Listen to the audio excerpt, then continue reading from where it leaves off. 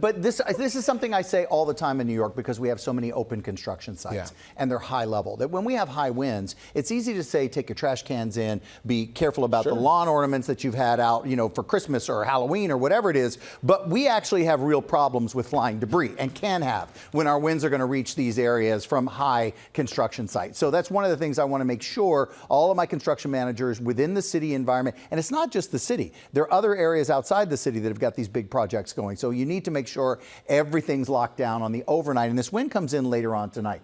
Just in average, our temperature is going to be within about 58 degrees during the day. We've held in the 50s, but it's likely today we're going to bounce up a little bit. So we'll talk about where we are right now. We're 52, 56 degrees. We've got a little wind coming in from the south. That's going to help a lot of us get to the 60-degree mark up there. So we're going to get there, and we may get a little bit above 60. And it's not until later on this afternoon that the wind really jumps up into the evening hour. So look at the difference between around 5, 6, 7, 9 o'clock at night. This is when those winds get dangerous. And because it's in the overnight, before everyone leaves the construction sites, you need to make sure that everything is ready to go through a very windy night for us. We have high wind watches and advisories out for the entire area until early tomorrow morning.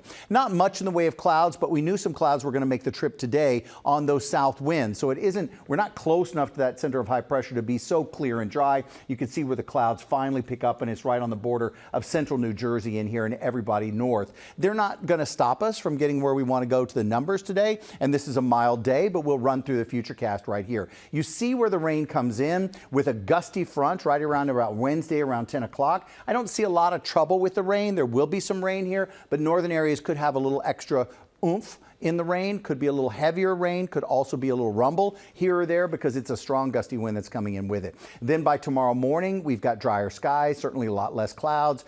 We've got a northwest wind, and that's going to mean the first step into much cooler temperatures. We've got several little systems that are making a move through here as we go into the weekend. You can see we've got a nice dry day on Friday, but it's mostly cloudy. Then the next storm moves through. You're going to have some rain and everything that exits early on Saturday. Then we've got another system that comes at us for Sunday, and it's going to be a little wetter and a little colder during that Sunday time period because this has got a little bit more push with it, more moisture. You can see how close the snow gets into the Great Lakes, so that's letting you know we're setting up some colder air, which you will see on the 7-day for next week. 65 degrees. I wish it was 70 as we go through the day today, but it's going to feel pretty good.